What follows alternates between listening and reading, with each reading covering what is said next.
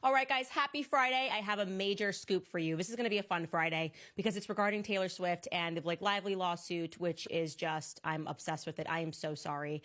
Basically, a protection order was filed and agreed to last night by all parties. So just waiting for the judge to sign off on it. And I can tell you right now that depositions are coming. It is a fact, an absolute fact. All right, guys, Taylor Swift. She is getting deposed. It is happening. It is happening. Everybody stay calm, okay? So yesterday, as I mentioned, yesterday evening, again at 11:02 p.m., I don't know why Blake Lively's team likes to file these things late in the day, knowing that I'm monitoring things and I can't stay up that late. But they filed a protective order. And I at first looked at it and I thought that they had done this by themselves, but actually it looks like it was agreed to by both parties to protect some of the things that may come up in discovery and through all of these subpoenas. Now, my lawyer told me that this is actually pretty standard. My poor lawyer, who I call all the time asking questions about this case, and he tells me that I'm not a party to the case at all, but he's got to give me legal advice anyways.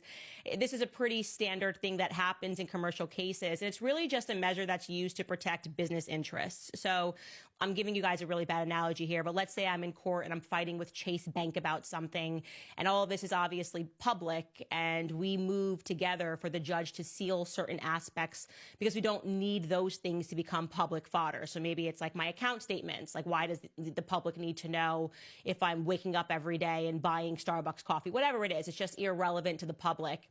And so that's what they're doing. They're trying to say, okay, there might be some things that come out that are not relevant to the public, but the language here in this protection order I found to be very interesting. And at first it made me think instantly of Taylor Swift. So we're going to pull this up. I'm calling this like the Taylor Swift clause. In the protection order, it says the person producing any given discovery material may designate it as confidential or attorney's eyes only. Only such portion of such material, the public disclosure of which is either restricted by law or will cause harm to the business, commercial, financial, or personal interests of the producing person and or a third party, including high-profile individuals to whom a duty of confidentiality is owed. I don't know why they are I don't know why we owe these high profile people confidentiality. And that consists of previously non-disclosed financial information, blah, blah, blah, blah, blah. Okay, you get it. So I'm thinking this means like we're not going to be able to read these Taylor Swift text messages. We're not going to be able to read, or they're going to like seal her deposition. Turns out I am completely wrong because I have it on very good authority that Taylor Swift is going to get subpoenaed and she is going to be deposed, and she is up first. They want her first. They have heard the public pleas, and essentially we're going to get it. We are finally going to get what we want. And this is a very, very, very big deal. And I'll tell you why. First and foremost, with my non-legal expertise, as I have said from the very beginning, smartest possible move for Justin Baldoni's team to make. I've said depose her.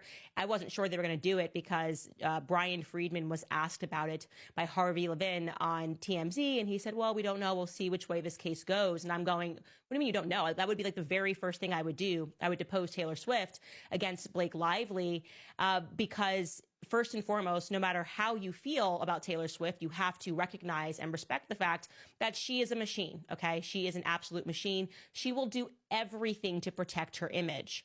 In other words, Blake and Ryan will wind up fighting a real dragon, okay? A real dragon that has an army of teenagers that are behind her. And it is my professional opinion that she was very much involved. She was involved in this circumstance, and that currently her team is lying to the public. I kept saying they are clearly lying to the public and trying to signal Justin Baldoni's team, like, look, we have nothing to do with this. We're not friends with her anymore. We don't even like her. We don't even know her. We can't believe she said this.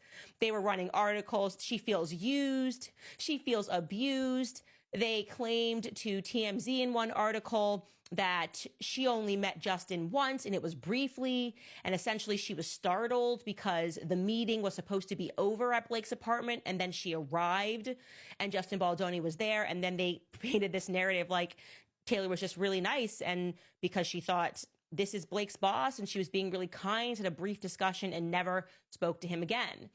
And we just know objectively that is not true, okay? We know objectively that is not true because both Blake Lively and Justin Baldoni, despite this contentious fight, have agreed on the fact that Taylor Swift was involved in this film, okay? They just have agreed on that without knowing that this fight was coming when everything was all good in the hood and Blake Lively was using her name. So